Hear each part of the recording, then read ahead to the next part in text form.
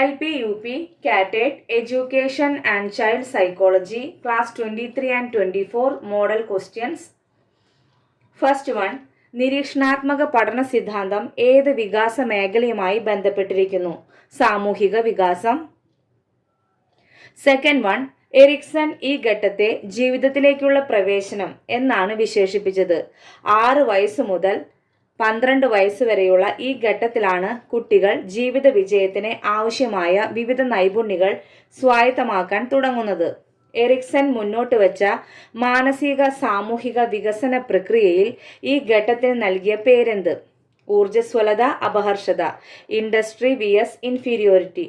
ഇതിൽ ഓർത്തു വെക്കേണ്ട കാര്യം, ജീവിതത്തിലേക്കുള്ള പ്രവേശനം എന്ന് എറിക്സൺ വിശേഷിപ്പിച്ച ഘട്ടം ഏത്? അതൊന്ന് ഓർത്തു വെക്കണം. ഊർജ്ജസ്വലത, അപഹർഷത, industry vs inferiority. Third one, സാമൂഹിക വികാസ സിദ്ധാന്തം ആവിഷ്കരിച്ചത് ആരെ? എറിക്സൺ. ഫോർത്ത് വൺ, സാമൂഹിക പഠന സിദ്ധാന്തം ആവിഷ്കരിച്ചത് ആരെ? Bandura. Fifth one, Bobo doll experiment ആരുമായി ബന്ധപ്പെട്ടിരിക്കുന്നു? Albert Bandura. സിക്സ്ത് വൺ, എറിക്സന്റെ മനോസാമൂഹ്യ വികാസ സിദ്ധാന്തത്തിൽ എത്ര ഘട്ടങ്ങളെക്കുറിച്ചാണ് പ്രതിപാദിച്ചിരിക്കുന്നത്? 8 ഘട്ടങ്ങൾ.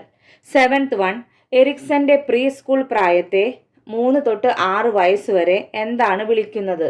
മുൻകൈയെടുക്കൽ, കുറ്റബോധം. എയ്ത്ത് വൺ, എറിക്സന്റെ കൗമാരപ്രായം 12 വയസ്സ് തൊട്ട് 18 വയസ്സ് വരെ എന്താണ് വിളിക്കുന്നത്? വ്യക്തിത്വ സ്ഥാപനം, വ്യക്തിത്വ പ്രതിസന്ധി, അതായത് ഐഡന്റിറ്റി vs റോൾ കൺഫ്യൂഷൻ.